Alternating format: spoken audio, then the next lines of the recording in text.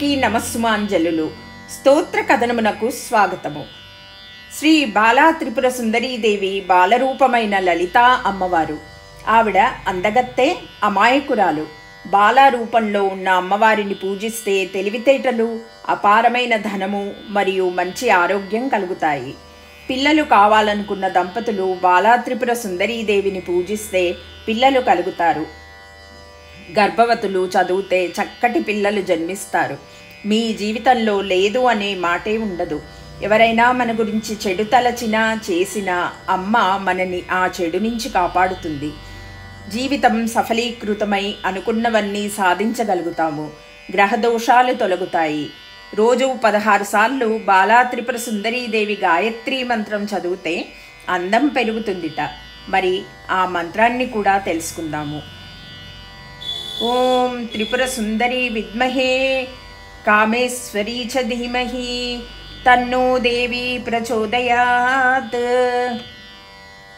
శ్రీ బాలా త్రిపుర సుందరీదేవిని అష్టోత్తర శతనామావళితో పూజించి బెల్లంతో చేసిన అన్నం పాయసం కానీ పాలు మరియు బెల్లం కానీ నైవేద్యంగా పెట్టవచ్చు.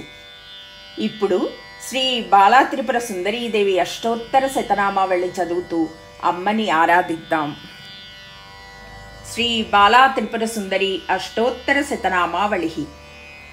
ఓం కళ్యాణ్యై నమః, ఓం త్రిపురాయై నమః, ఓం బాలాయై నమః, ఓం మాయాయై నమః, ఓం త్రిపుర సుందర్యై నమః, ఓం సుందర్యై నమః, ఓం సౌభాగ్యవత్యై నమః, ఓం క్లీంకర్యై నమః, ఓం సర్వమంగళాయై నమః, ఓం హ్రీంకార్యై నమః, ఓం స్కందజనన్యై నమః, ఓం పరాయై నమః, ఓం పంచదశాక్షర్యై నమః, ఓం త్రిలోక్యై నమః, ఓం మోహనాధీశాయై నమః, ఓం సర్వైస్యై నమః, ఓం సర్వరూపిణ్యై నమః, ఓం సర్వసంక్షోభిణ్యై నమః, ఓం పూర్ణాయై నమః, ఓం నవముద్రేశ్వర్యై నమః, ఓం శివాయై నమః, ఓం అనంగకుసుమాయై నమః, ఓం ఖ్యాతాయై నమః, ఓం అనంగాయై నమః, ఓం భువనేశ్వర్యై నమః, ఓం జప్యాయై నమః,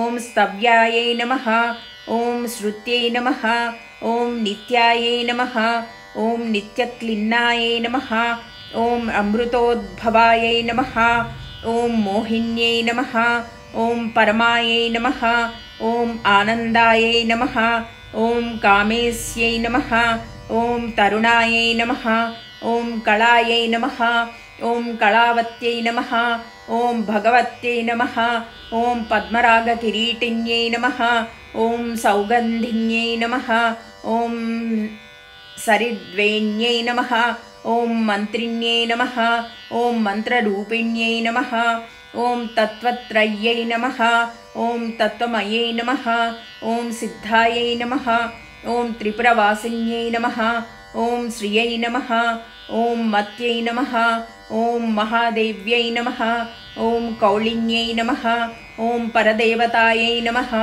ఓం కైవల్యరేఖాయై నమః, ఓం వసిన్యై నమః, ఓం సర్వేశ్వర్యై నమః, ఓం సర్వమాతృకాయై నమః, ఓం విష్ణుస్వరూపిణ్యై నమః, ఓం దేవమాత్రే నమః, ఓం సర్వసంపత్ప్రదాయిన్యై నమః, ఓం కింకర్యై నమః, ఓం మాత్రే నమః, ఓం గీర్వాణ్యై నమః, ఓం సురాపానామోదిన్యై నమః, ఓం ఆధారాయై నమః, ఓం హితపత్నికాయై నమః, ఓం స్వాదిష్టానసమాశ్రయాయై నమః, ఓం అనాహతాబ్జనిలయాయై నమః, ఓం మణిపూరసమాశ్రయాయై నమః, ఓం అగ్నాయై నమః, ఓం పద్మాసనాసీనాయై నమః, ఓం విశుద్ధస్థలసంస్థితాయై నమః, ఓం అష్టత్రింశత్కళామూర్త్యై నమః, ఓం సుషుమ్నాయై నమః, ఓం చారుమధ్యమాయై నమః, ఓం యోగేశ్వర్యై నమః,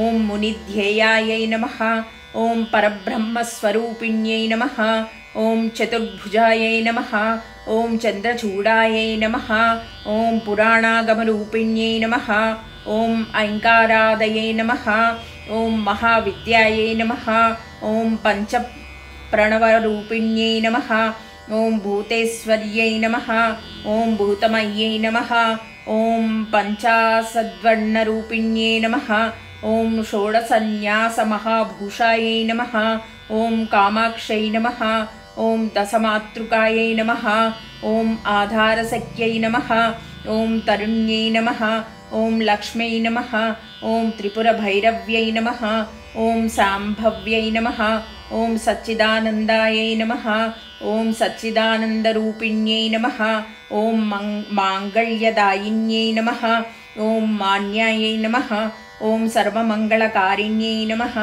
ఓం యోగలక్ష్మై నమః ఓం భోగలక్ష్మై నమః ఓం రాజ్యలక్ష్మై నమః ఓం త్రికోణగాయై నమః ఓం సర్వసౌభాగ్యసంపన్నాయై నమః ఓం సర్వసంపత్తిదాయిన్యై నమః ఓం నవకోణపురావాసాయై నమః ఓం బిందుత్రయసమాన్వితాయై నమః इति श्रीबाला त्रिपुरसुन्दरी अष्टोत्तरशतनामावलिः।